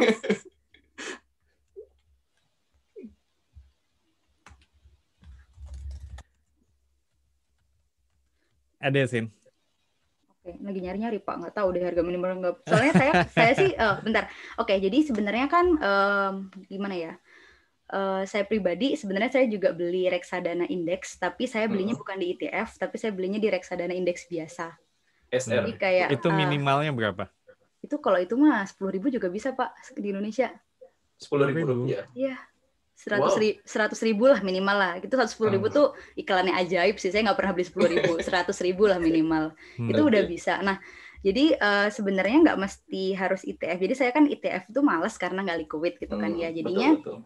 Kalau saya mau beli saham secara bundle, dipilihin sama manajer investasi, saya juga ada di reksadana indeks. Nah, reksadana indeks yang saya pakai sih kan misalnya ada kayak IDX30, Average IDX30, Indo Premier LQ45 misalnya, terus ada juga dana reksa indeks syariah misalnya. Jadi itu bisa beli di reksadana indeks. Cuma permasalahannya memang reksadana indeks kan kalau ETF kan ibaratnya kita sama bisa transaksi di bursa, di jam bursa bisa jual beli gitu. Tapi kan kalau di reksadana indeks kan kayak kita beli manual ya, kayak beli terus kemudian jualnya kayak butuh waktu 1-2 hari. Ya mungkin Nggak enaknya kayak belinya kayak butuh 1-2 hari itu sih. Tapi kalau saya pribadi, saya sih kalau mau nabung saham nggak mau mikir mau beli saham apa, saya langsung beli aja reksadana indeks, langsung misalnya taruh 100.000, 200.000 kayak gitu, itu bisa. Kayak gitu. Tapi memang sih kalau tahun ini ya, yang saya lihat kalau di Indonesia tuh ada mutual fund juga ada. Tapi kalau mutual fund kemarin COVID itu jatuh sekali. Mungkin jumlah yang kita invest mungkin jadi setengahnya ya. Kalau ETF ya lumayan lah. Begitu semua jatuh, dia langsung naik sekitar 130% lah. Ya untuk perkiraannya aja, saya juga nggak bisa bilang ETF itu segitu gitu, nggak bisa bilang. Karena ada beda-beda juga. Dan kalau saya lihat sih dana reksa juga lumayan sih. Jadi begitu semua mutual fund atau saham jatuh, yang dana reksa itu dia nggak tahu kenapa dia langsung balik gitu ke atas. Mungkin karena dividennya dia ada dividennya mungkin. Jadi orang semua beralih ke sana gitu. Kalau setahu saya sih kayak misalnya reksadana indeks atau ETF itu harusnya ya dia ngikutin performa dari sahamnya. Saya nggak tahu sih, mungkin ETF yang Bapak pegang itu ETF apa ya. Tapi kalau dalam otak saya kalau ETF saham, ya performanya si ETF pun juga tergantung dari kondisi saham saat itu. Kayak gitu sih menurut saya. Saya juga pegang...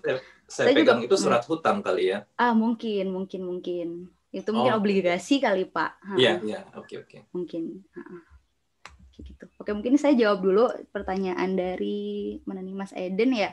Kalau nggak punya NPWP, apakah akan jadi kendala saat register atau bertransaksi? Nah, kalau di Indo Premier, setahu saya nggak bisa. Tapi kalau di Ajaib itu nggak apa-apa, itu bisa. Kayak gitu.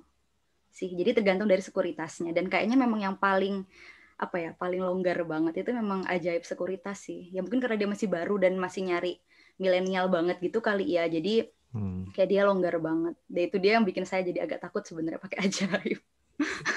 Tapi ya sebenarnya nggak masalah sih. Nyatanya kan CEO-nya udah dinobatkan Forbes 30 under 30 ya, berarti itu orang hebat berarti. Jangan gampang begitu. Kalau ingat dunia startup ada tuh yang tahun lalu 2 tahun lalu yang cewek lupa namanya. Itu kalau nggak salah biotech. Pernah dengar nggak? Yang udah pokoknya kayaknya canggih banget, semua majalah kasih penghargaan apa segala macam, dan ternyata itu hoax. Waduh. Jadi Mas Eden.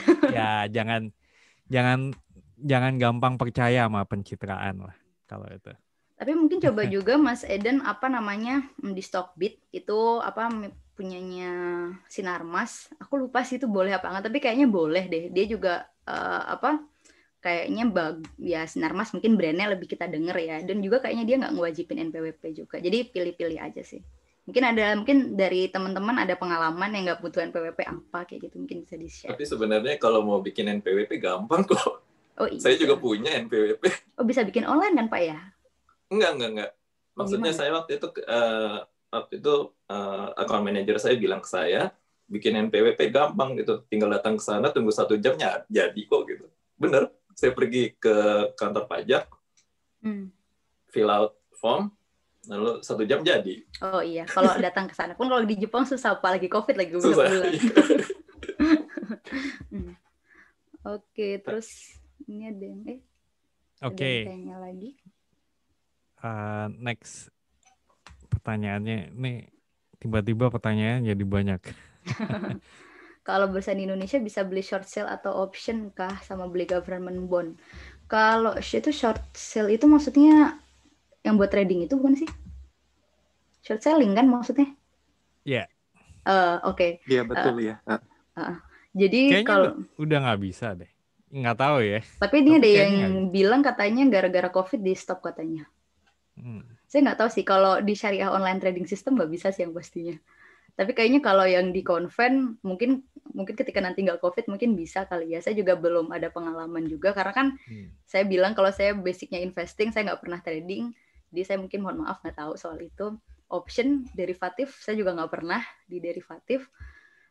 Terus untuk government bond, kalau government bond itu bisa, aku juga kemarin sempat beli sukuk berapa ya, aku lupa, sukuk retail gitu-gitu. Itu bisa, cuma memang belinya itu di mitra distribusi tertentu ya, biasanya bukan dari perusahaan sekuritas sih. Kemarin aku bisa beli online tuh kayak lewat peer-to-peer lending yang kerjasama sama pemerintah. Jadi mungkin stay tune aja kira-kira lagi jualan pemerintah, lagi jualan apa. Biasanya ya bunganya nggak terlalu besar sih, cuma bagi orang yang suka yang aman-aman aja, mungkin obligasi pemerintah itu bagus sih buat jadi alternatif investasi. Ini ada dari Adi Amiruddin. Tuh dia tanya, kalau menurut Cynthia, 2021 sektor yang bagus untuk diinvestasikan apa? Ini pertanyaan jebakan Batman nih. Kalau soal itu sih gimana ya? Saya tuh saya kan ikut ibaratnya guru saya gitu, bergurunya saya tuh kayak lebih ke value investing gitu. Sin, kan. Lu disclaimer dulu, Sin. Oh, disclaimer. Oke, disclaimer dulu, saya pasti bukan fortune teller sih, yang bener. Saya bukan fortune, saya nggak tahu, saya nggak bisa memprediksi masa depan kayak gimana, jadi saya nggak tahu. Dan kalau nggak nih, saya karena saya bergurunya sama value investor, jadi memang saya fokus banget sama value gitu. Jadi dalam artian saya benar-benar lihat perusahaan itu satu persatu, dan ya mungkin memang agak membosankan bagi orang yang nggak suka baca laporan keuangan. Tapi kalau menurut saya sih, kalau misalnya mau investasi, yang penting kenali perusahaan dulu aja sih, kayak gitu. Kalau misalnya ingin tahu yang cepat atau nggak kayak gimana, ya kayak misalnya sih kayak perusahaan kayak di mining gitu, misalnya pertambangan itu kan dia benar-benar swingnya gede banget, kayak Antam sekarang udah naik turun, kayak turun naiknya nggak karu-karuan kayak gitu. Tapi saya bukan tipe yang kayak gitu, saya nggak kuat sama naik turun yang terlalu parah gitu. Jadi mungkin ya kalau saya simple yang consumer kayak banking yang nggak asik gitu lah mungkin bagi orang-orang. Kayak gitu. Mohon maaf nggak asik ya. Tapi kalau ngikutin tren dunia ya 2021 pharmaceutical lah. Oh iya sih bener. Pharmaceutical berarti kemarin ada yang ditarik ke atas kan tuh kayak nggak boleh ngomong gitu ya. KLBF itu ya, mungkin yang kayak gitu-gitu kali ya, mungkin I don't know ya. Bro Andi, cuman kalau saya pikir sih kalau orang banyak yang trennya ke atas, lebih baik kita jangan ngikutin yang ke atas tuh, nggak bisa ngambil profitnya. BRI Syariah dong lo, BRI Syariah. Ada nggak nih investasi BRI Syariah nih? Kalau saya sih mainannya banking saya. Karena banyak teman saya orang banking. Betul. Jadi banyak info-info dalam. Info dari dalam. Itu gara-gara Cynthia ngomong Antam jadi ngecek harganya. Oh iya benar juga ya, udah naik ya. Lagi naik Pak. Bukan lagi naik sih, ini naik lah hitungannya dalam 6 bulan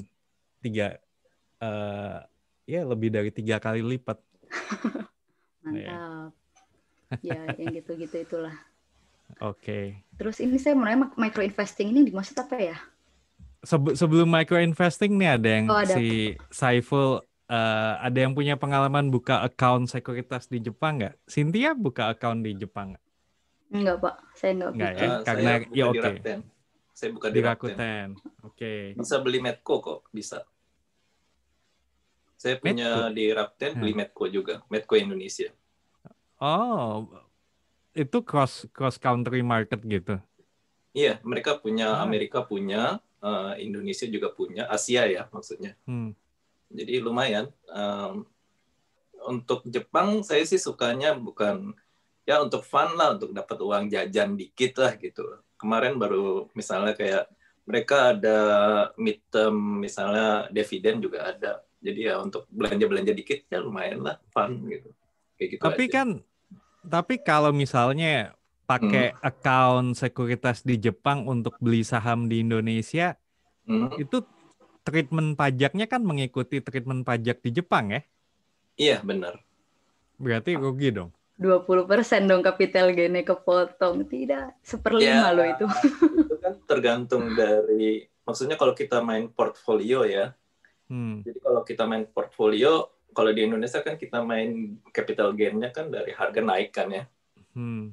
Kalau kalau di Jepang itu kan mainannya memang harga naik 1, 2 kita dapat misalnya yutai ken namanya. Misalnya dapat kupon makan gratis atau apa gitu. Nah, itu kadang-kadang lebih banyak daripada capital gain-nya. Iya. Ini itu untuk saham Jepang ya? Kalau saham betul. Jepang ya. Oke. Saiful punya specific question nggak? Maksudnya dengan pengalaman buka akun sekuritas di Jepang, maksudnya yang specifically pengen ditanya apa?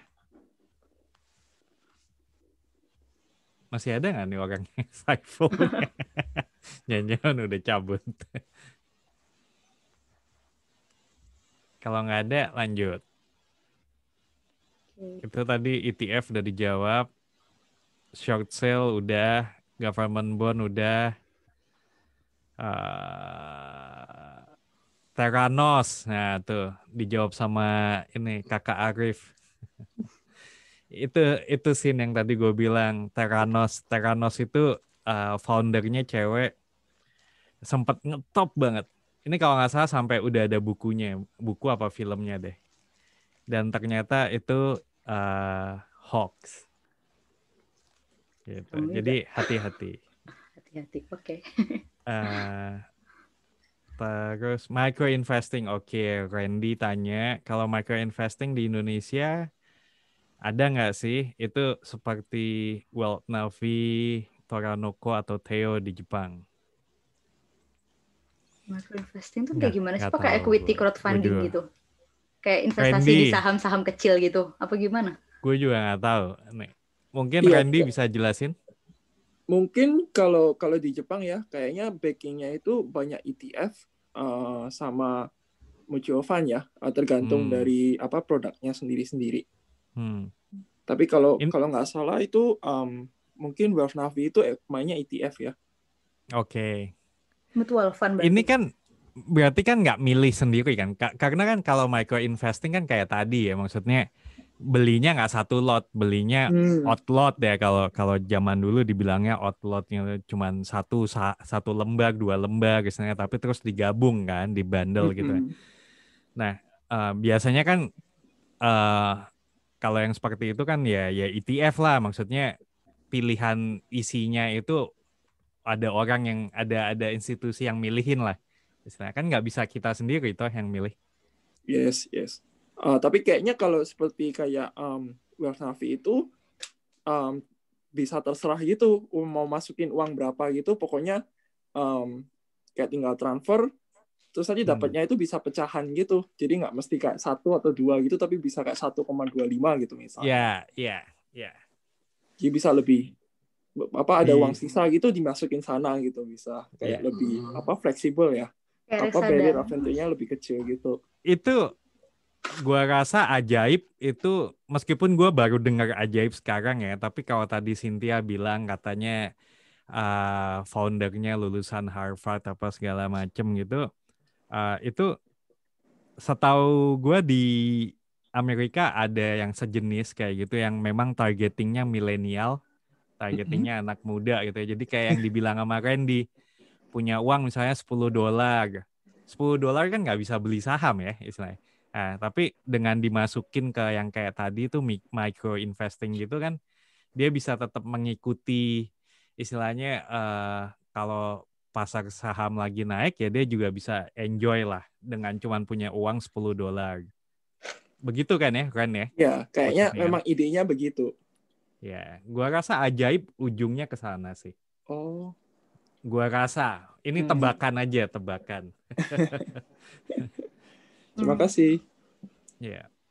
Kalau setahu saya sih kalau misalnya investasi dalam bentuk kecil-kecil kayak gitu, kalau di Indonesia sih jatuhnya ke reksadana sih, Pak. Reksadana ya? Iya, ke mutual fund. Jadi nggak bisa sih namanya kayak beli sahamnya BCA cuma 1/4 lot misalnya. Saya paham sih kayak eToro kan kalau nggak salah, kalau buat investasi saham di US itu kan bisa tuh kayak beli saham cuma 0, lotnya Facebook misalnya. Itu eToro ada sih, tapi kalau di Indonesia kayaknya belum ada sih. Kalau misalnya emang mau saham kecil ya kita belinya mutual fund, reksadana atau enggak ETF ya. Ya, Sorry, terima kasih. tadi gue tanya sama lu kan, Sin, reksadana tuh minimal belinya berapa? Gue lupa, bukan lupa, mau confirm. Tadi lu bilang 100.000 ya? 100.000 tuh Iya, bisa ya? Ini yang bisa. model beli dari bank ya? Model beli dari Belinya lewat rekening bank. Kalau online kayak BCA tuh kan Iya. suka ada pilihan beli reksadana atau apa gitu. Jadi Kayak gitu bukan sih? kalau misalnya di Indo Premier sendiri itu dia ada macam-macam kan Pak. Ada iPod Stock buat beli saham, ada juga iPod Fund itu buat beli reksadana. Jadi juga di Indo Premier sendiri kita bisa beli reksadana langsung ya, kita beli secara secara nominal gitu, kita mau beli 100.000. Nah lalu kemudian nanti ya kita dapat berapa unit kayak gitu sih, itu dari 100.000 bisa. Dan banyak juga kok kayak agen-agen yang jual reksadana kayak Bibit, terus kemudian ada Bareksa kayak gitu, itu agen-agen buat jualan reksadana juga gitu sih. Bahkan kalau di Ajaib 10.000 bisa Pak, ada yang 10.000 juga. Berarti kayaknya Ajaib itu ujung-ujungnya kayak yang tadi tuh. Gue lupa namanya apa di Amerika tuh ada. Bukan itu loh, bukan Pak ya? Bukan. Apa ya ada namanya? Acorn kalau nggak salah. Acorn ya namanya? Yes, Acorn juga. Ya, kayaknya itu deh yang benar-benar dia targetingnya tuh ya anak muda, teenager malah. Even kayak ya benar-benar dia targetnya anak itu umur uang belasan. kembalian. Jadi kalau yang ada uang kembalian itu sama dia dibuletin, di round up gitu, terus uang kembaliannya itu masukin kayak ke itu micro investing tadi. Oh, keren banget. Boleh bagus, tuh. Bisa bikin jadi startup baru di Indonesia. Ayo Sin bikin, kita ikutan nanti. Bagaimana? Ini suami saya nonton nih kayaknya. Bagaimana? Oke, ini ada dari Luciani Tina. Oh ya, by the way, Randy, thank you ya pertanyaannya. Sama-sama. Dari Luciani Tina, teman lab saya sih langsung buka ke Rakuten Shoken, tapi mungkin butuh teman orang Jepang untuk nerjemahin. Oke, ini tadi menjawab pertanyaannya Saiful tadi, gua rasa. Bikin NPWP bisa online tuh, ya. Pertanyaannya kan, ya. Pertanyaannya butuh bikin apa enggak sebenarnya kan? Iya. Tapi kalau misalnya emang terpaksa harus bikin online juga bisa. Ya. Dari Arif, micro investing kayak Investri atau Santara gitu. Kalau Investri itu bukannya peer-to-peer lending doang ya? Peer-to-peer lending aja Pak. Cuman lending kan, ya. Santara tuh apa? Equity crowdfunding Pak. Equity crowdfunding, oke. Itu bisa diasumsikan itu tidak liquid sama sekali ya? Atau liquid? Kayaknya memang dia buat kayak jangka panjang gitu sih, kalau Santara. Oke. Dari Adi Amiruddin untuk peraturan baru karena COVID nggak bisa. Ini kayaknya tadi short selling. Dari Mas Dayat, oke. Thank you. Ya, itu namanya Elizabeth Holmes. Theranos tadi. Ya, nanti Cynthia bisa baca-baca. Ya Pak. Di kepo juga saya. Oke. Dari Landry Torang. Tesla mau beli nikel dari Indo, menarik sih saham tambang. Saham tambang, I don't know lah, gua nggak ini. Karena saham tambang itu sering banget asosiasinya adalah saham gorengan. Buat trader ya. Iya, jadi nggak tahu ya. Kecuali kalau emang udah tahu yang punya nanti smelter nikel itu ambilnya dari mana, sahamnya siapa ya, mungkin dibeli mungkin boleh. Ada filmnya kok di YouTube. Oh, ini maksudnya itu ya Elizabeth Holmes tadi ya. Oke, tuh ada filmnya. Untuk Tesla masih spekulasi, belum ada kejelasan. Oke. Ya, itu masih inilah. Belum jelas lah, masih rumor. Ada lagi yang mau tanya? Mulanya langsung mungkin, nggak mau ngechat. Ya, boleh loh, boleh nyalain mic, tapi kalau bisa nyalain videonya, jadi ketahuan siapa yang tanya gitu. Kalau ada yang mau tanya, boleh. sambil nunggu gue duluan deh yang tanya Oh iya, ke aduh Cynthia. takut. Cynthia udah invest saham tuh udah berapa tahun? Sebenarnya sih kalau investasi, bener-bener investasi banget itu sebenarnya saya baru mulai itu awal tahun ini. Jadi awal Oke. sebelum COVID. Terus kemudian setelah COVID terus turun. Dan itu sih jadi pelajaran banget sih buat saya. Dalam artian, ibaratnya saya baru masuk, terus kemudian itu turun banget, dalam-dalam banget kayak gitu. Tapi saya saat itu yang jadi bikin saya pede banget karena saya jadi pernah baru masuk dan melewati masa-masa itu dan saya tetap sabar gitu karena memang saya niat saya dengerin apa kata Burton Malkiel gitu kalau misalnya investasi itu kan memang untuk jangka panjang kayak udah sih toh nyatanya juga sekarang kayak udah hampir balik lagi kayak gitu bahkan ketika waktu resesi kemarin ya saya udah tambah ibaratnya top up semakin banyak kayak gitu di saham saya itu sih. Tapi kalau sebenarnya kalau saya sendiri jujur aja saya sebenarnya udah kenal saham itu dari saya waktu masih SMA. Tapi saat itu saya tuh kenalnya itu saham itu trading aja. Bahkan sampai saya kuliah pun juga saya kenalnya trading aja kayak gitu. Dan jujur aja saya nggak gimana sih. Dan kayaknya mungkin itu sih yang ada di pikirannya orang-orang kali Pak ya, kalau misalnya saham itu lebih kepada main saham daripada investasi saham. Jadi saya baru kenal value investing yang ibaratnya itu cocok untuk diterapkan di keluarga saya itu ya kayak ya baru setelah saya belajar di awal tahun kemarin itu gitu. Jadi ya gitu sih. Kamu ada satu buku atau satu referensi yang menurut kamu bagus banget buat setiap orang baca mengenai investasi saham? Buku sih ada, mungkin orang Indonesia yang nulis itu Pak Lukas, siapa nama lengkapnya? Pak Lukas Tiatmaja. Itu beliau nulis tentang how to be irrational investor. Jadi kayak beliau cerita, itu sih sebenarnya yang benar-benar membuka mata saya gitu. Gimana memang di saham itu lebih banyak investor yang tidak rasional kayak gitu dan kayak beliau mengajarkan gimana try to be rasional dengan jadi orang yang nggak asik kayak saya gini, nggak lihat saham-saham tambang kayak gitu-gitu misalnya gitu. Jadi saya belajar dari situ dan menurut saya di saham itu yang paling penting itu memang psikologis sih, kayak sabar ketika merah, terus kemudian nggak takut ketinggalan ketika hijau kayak gitu. Itu benar-benar yang butuh disiapkan dan itu butuh kematangan banget sih untuk bisa mencapai itu. Dan saya juga nggak tahu sih saya matang atau enggak. Saya juga baru 1 kali mengalami resesi, berarti baru masuk resesi gitu. Itu kaget sih sebenarnya. Tapi kemudian saya coba terus baca-baca. Mungkin apalagi ya buku bagus yang punya. Mungkin ini juga kok bagus. Iya. Tak kenal sih ya. Ya kalau itu inilah hampir semua tahu lah kalau itu. Ya, ini dulu ada juga nih, mungkin kalau pernah tahu, Way of Turtle. Siapa itu Pak yang nulis? Nggak tahu saya. Yang tulis Curtis M. Fate, nanti bisa cari di Amazon gitu ya. Itu kayak yang kamu bilang tadi. Jadi kayak bukan nggak ngikutin fast pace, tapi yang penting punya target jangka panjang lah, kurang lebih gitu.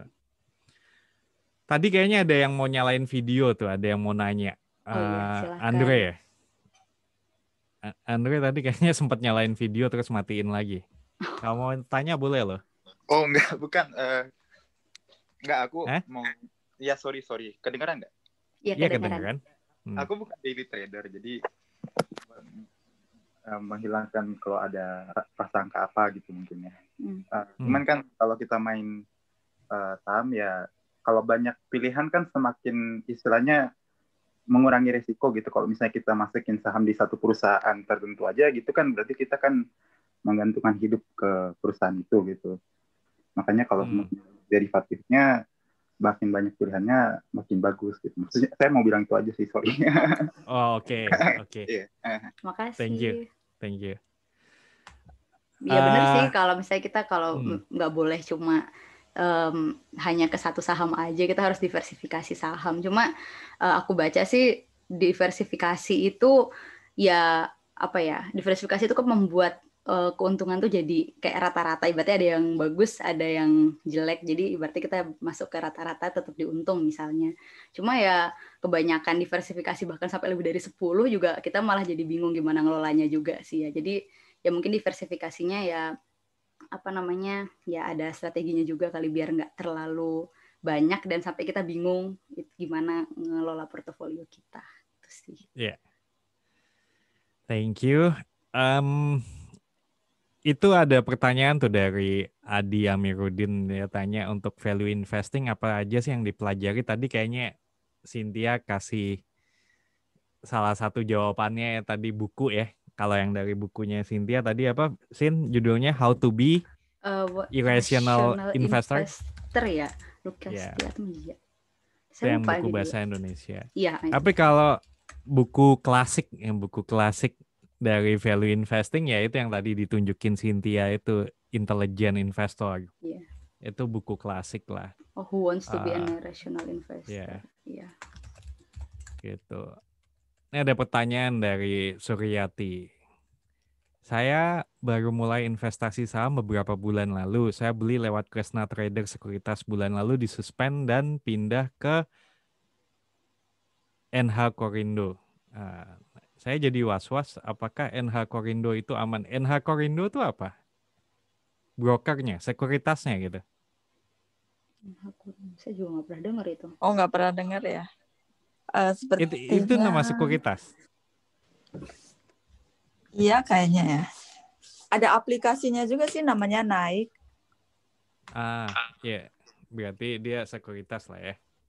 Kalau yang apa itu tadi Kresna Traders pernah dengar nggak? Pernah sih. Pernah. Terakhir bulan lalu disuspend, makanya jadi semuanya dananya jadi pindah ke NH Korindo. Ya kalau nggak tahu nggak apa-apa. Oke. Ini ada pertanyaan dari Dayat. Rekening dana investor itu satu nomor unik di berbagai platform investasi. Apa ya kegunaannya? Waduh, gue aja nggak tahu nih. Kamu tahu, Sin? Setahu saya sih, karena saya punya di 3 platform investasi, nomor rekening dana investornya beda-beda sih. Iya. Jadi bukan satu nomor unik buat berbagai macam platform investasi. Jadi kalau misalnya bikin di satu sekuritas ya bikin lagi gitu. Ini mungkin kayak my number gitu kali ya. Tapi menurut saya kegunaannya itu ya rekening dana saham Pak, ibaratnya kayak kita punya rekening tabungan, itu rekening kita ya, kalau misalnya ini rekening saham. Jadi kita kalau mau investasi ya kirim ke nomor rekening. Kan biasanya kan RDN itu kan ibaratnya milik bank apa gitu. Kayak misalnya saya pakai Bank Permata, lalu kemudian ada yang Bank BCA juga misalnya, kayak gitu sih. Ya dia ibaratnya rekening tabungan kayak gitu. Jadi bukan nggak tahu. Yeah. Oke, next dari Reynold. Saya pernah lihat program di Kompas TV streaming mengenai software Auto Pro System. Apakah software tersebut bisa menjamin saham kita naik terus? Maaf, saya pemula, belum tahu. Oke, jawabannya tidak. Gua nggak tahu itu saham apa software apa. Pokoknya kalau ada software yang jualan dan bilang dijamin gitu ya, pendapatan pasti naik, itu no. Ya. Itu bisa dilaporin ke polisi loh. Kalau sampai ada iya. Kalau dulu 10 tahun yang lalu gue ada teman waktu itu. Jadi kalau boleh nambahin ya, 10 tahun lalu gue ada teman main golf ya. Dia itu yang bikin software, dia bikin usaha sendiri untuk hedge fund. Iya. Iya, jadi dia bilang dia bikin software itu untuk bikin orang ya kalau misalnya nggak untung juga dia ini backup pakai hedge fund kata dia. Tapi ya kalau dipikir-pikir ada yang bisa bayarin dia, berarti ada yang percaya juga sih ya. Iya, tapi mungkin di awal Iya. bisa masih ada untung apa segala macam. Tapi kemungkinan besar enggak lah. Nggak ada. Ya, kok jangka panjang sih enggak sih ya. Iya. Jadi kalau yang kayak gitu-gitu tuh biasanya nih orang bilang oke, gue hit and run gitu ya. Iya. Masuk bentar terus nanti keluar. Tapi tadi Cynthia juga bilang soal psikologi ya. Kita ini kan manusia biasa. Ya, ngelihat ada yang enak gitu ya. Wah, gila ternyata naik. Terus kita bilang nanti deh tunggu dulu lagi asik. Moral lagi asik. Tahu-tahu habis itu besoknya itu perusahaan digerebek polisi. Semua dana dibekukan. Hilang deh semua. Ya kan? Jadi istilahnya hit and run bisa-bisa aja kalau emang kita disiplin dan kita hoki lah istilahnya. Tapi balik lagi itu bukan investasi. Karena kalau investasi itu jangka panjang kecenderungannya lah ya. Kalau yang cari untung jangka pendek, get rich quick, nggak ada lah. Itu nggak ada istilahnya kayak gitu. Ya nggak Sin? Betul. Nyatanya orang terkaya di dunia nggak pernah tuh trader gitu. Yang ada juga Warren Buffett kan. Dia investor jangka panjang kayak gitu sih. Ya kalau misalnya ada yang bisa nawarin bisa kaya cepet kayak gitu ya kenapa nggak mereka aja gitu yang jadi orang terkaya di dunia gitu. Nyatanya juga enggak. Kalau saya lihat dia sih ya memang dia bikin usaha sendiri, dia join dengan satu orang masih sepupunya orang Raja Brunei katanya ya. Lalu ya dia bikin usaha sendiri, akhirnya dia bubar, lalu dia sekarang join Mandiri Sekuritas. Jadi ya kalau dipikir-pikir ya memang nggak bisa jangka panjang sih. Betul. Dan jangan lupa trading ya, itu kan cenderungannya trading jadinya. Trading itu kan balik lagi juga kita punya modal berapa. Istilahnya kan, apalagi kalau day trading. Terus kita mau dibilangnya apa? Nyopet gitu ya. Ikutan nyopet kalau lagi ada saham lagi digoreng atau apa. Tapi kan itu semua ada antriannya, itu semua udah ada yang ngatur lah di belakang. Jadi software itu mungkin dia bisa ngitung secara hitungan dia benar. Tapi saat itu dieksekusi kan lu mau beli jual beli saham kan itu ada urutannya istilahnya. Bukan berarti kalau kita masukin bilang beli terus langsung bisa kebeli kan enggak. Betul. Ya kan? Kita bilang jual kan bukan berarti langsung bisa kejual, enggak juga istilahnya. Jadi softwarenya mungkin benar, tapi software itu cuma satu variabel lah istilahnya.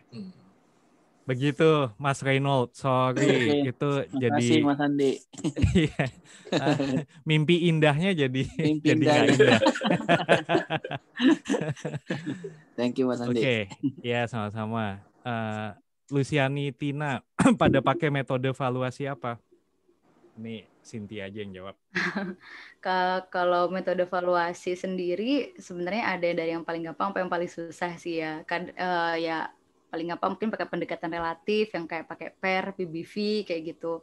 Tapi saya sendiri karena memang saya basicnya accounting dan saya suka banget modeling gitu, jadi saya sih pakai DCF sih. Ya karena lagi nganggur aja sih, baca-baca laporan keuangan seneng aja. Tapi ribet sih. Sebenarnya kalau PER, PBV aja katanya lebih praktikal. Saya nggak pernah kerja di equity research juga sih. Mungkin Pak Andi bagaimana? No. Gua kan bukan di saham. Oh, bukan di saham. Beda. Bukan. Tahu aja kalau gua. Tapi katanya sih kalau secara praktikal lebih ke PER PBV gitu sih katanya. Nggak tahu juga. Kalau saya sih lebih banyak ke lihat neraca kas ya mereka ya. Cash flow. Cash flow. Lalu kemudian berapa mereka untuk rata-rata sih neraca kas ya. Aset mereka punya sama berapa mereka liquidity yang punya, itu aja. Simple. Oke. Dari Dayat, oh ada juga nih yang tahu way of turtle. Ya. Iya, wah saya ketinggalan nih. Enggak, bukan ketinggalan itu. Ya bukunya kan memang nggak populer ya di dunia yang maksudnya populer tapi di dunia yang serba pengen cepat gitu kan, yang lebih ke day trading ya buku ini tidak populer lah. Gitu. Luciani Adi nyari intrinsic value. Oke. Ya PBV, pair ya. Dari Tokyo. Dari Tokyo buat everyone. Baiknya invest di beberapa emiten ya Kak. Ya tergantung lu punya duit berapa juga sih istilahnya. Oke nih, ini mendingan pertanyaannya coba di ini ya. Misalnya gini, kalau misalnya kita cuma punya uang Ichimang tuh berapa sekarang? 1,3 juta. Ya, anggaplah 1,5 juta. Kalau kita cuma punya uang 1,5 juta, sebaiknya kita invest di berapa emiten? Nah, ini kalau belinya saham langsung kan, again, balik lagi, beli saham langsung itu kan harus ada minimalnya ya, istilahnya. Minimal 1 lot. Sementara tadi kalau hitungannya si Cynthia aja tadi saham bagus ya. Kalau beli BCA tadi nggak cukup. Nggak cukup kan ya, Sin? Itu tadi 3,3. Ya. Berarti beli BBRI tadi bisa. Tapi kan sekarang pertanyaannya kan mau balik lagi, setiap orang pasti punya filosofi investasi yang beda-beda. Itu balik ke filosofi ini tentunya balik lagi ke tujuannya mau apa gitu kan istilahnya. Jangka panjang, jangka pendek, mau seperti apa istilahnya. Jadi pertanyaan invest di berapa emiten agak susah lah untuk dijawab. Ya nggak sih? Ya kan? Ya manajemen portofolionya ya butuh ekstra pikiran juga sih. Kalau boleh sharing sih, kalau untuk saya, disclaimer dulu ya, tiap orang beda-beda. Iya, gimana? Kalau untuk saya sih begini, kalau misalnya benar ada 1,5 juta, kalau untuk saya yang saya invest hanya 500.000 aja, 0,5 juta aja. Kenapa? Karena kita kan nggak tahu dia akan naik atau turun kan. Jadi 2/3-nya kita simpan dulu. Kalau begitu nanti yang 500.000, 0,5 jutanya ini ternyata turun, nah kita bisa average down. Ini dana ini udah siap semua, siap selalu. Nah itu cara saya. Selalu siapkan 2/3 untuk average down. Oke. Gimana, Cynthia, ada tanggapan? Yang tentang apa Pak? Tentang ya, ini. Yang tentang manajemen ini terakhir. Kalau money management saya sih, saya juga nyiapin. Kalau mungkin Pak Hadi 2/3, saya sih cuma 30% aja. Jadi 30% memang saya nggak apa-apain dari niat investasi saya. Cuma makanya tapi nanti kan saya bilang saya tadi investasi di awal tahun ya, itu masih belum tahu ada apa-apa. Jadi ketika kita nemu kesempatan ya kita langsung 30% tuh dihabisin aja kayak gitu. Jadi tetap harus sedia 30%, gunanya adalah ketika kita menemukan masa-masa peluang-peluang cemerlang kayak gitu, kita bisa pakai uang kita untuk di sana kayak gitu. Terus lebih baik lump sum atau DCA, tergantung sih ya. Kalau saya pribadi mungkin saya lebih ke lump sum karena memang saya jarang kirim uang ke Indonesia. Jadi kayak saya mikir kayak sekali kirim juga ongkosnya berapa. Jadi kayak sekalian saya lagi kirim ya saya langsung beli lump sum kayak gitu sih. Tapi kalau misalnya emang teman-teman ada yang kirim tiap bulan ke Indonesia gitu ya mungkin bisa lah pakai dollar cost averaging.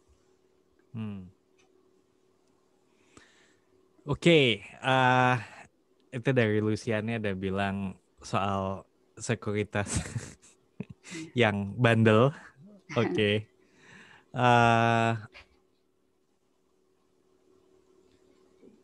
Oke.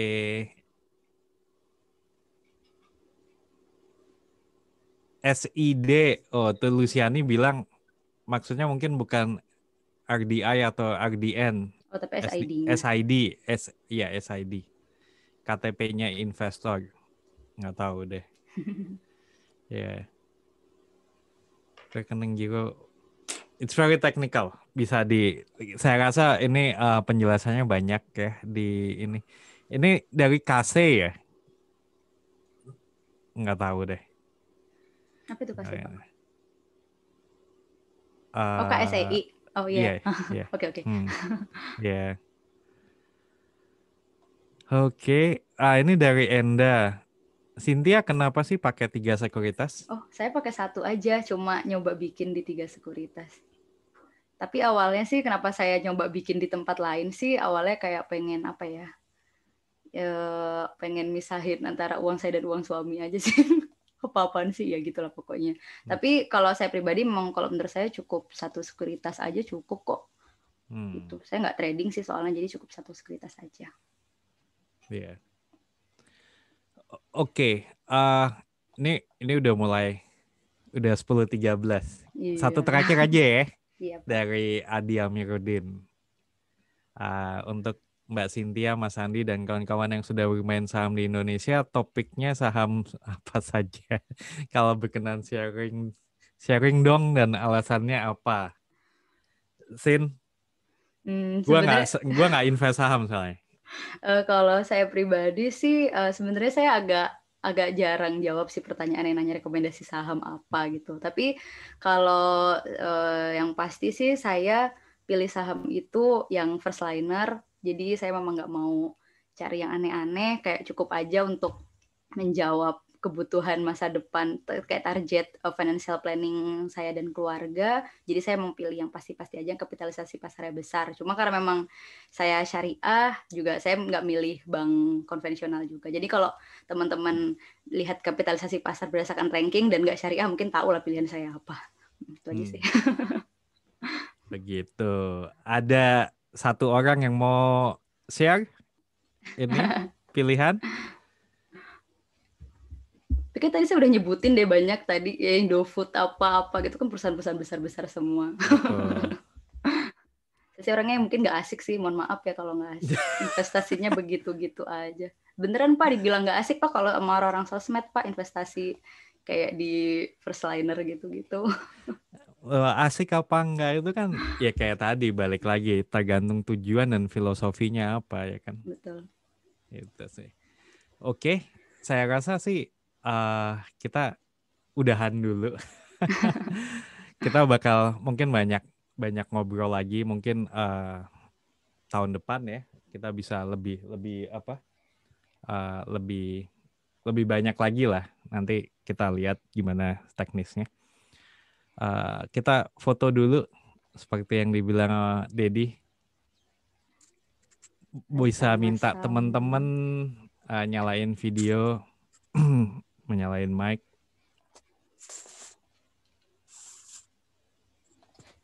Yang mau ikut boleh ya. Kalau yang udah pakai masker, udah pakai piyama, nggak mau ikut juga nggak apa-apa.